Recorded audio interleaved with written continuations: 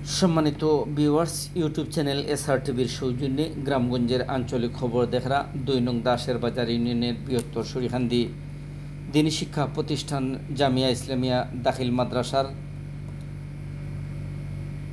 অভিভাবক বৃন্দ, স্কুলের প্রধান শিক্ষক ও শিক্ষকবৃন্দ, ম্যানেজিং কমিটির সদস্য, পল্লী সঞ্চয় ব্যাংক কর্মকর্তা আব্দুল আলিম ভাই উপস্থিত ছিলেন।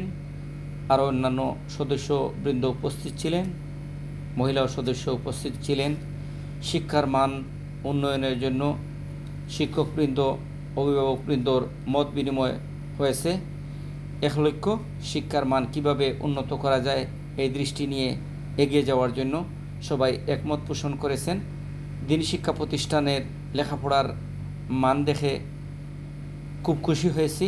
দোয়া করি যেন এই লেখাপড়ার মানটা আরও ভালো হয়। দিনী শিক্ষা প্রতিষ্ঠান গ্রামের ভিতরে অত্যন্ত সুনাম অর্জন করেছে।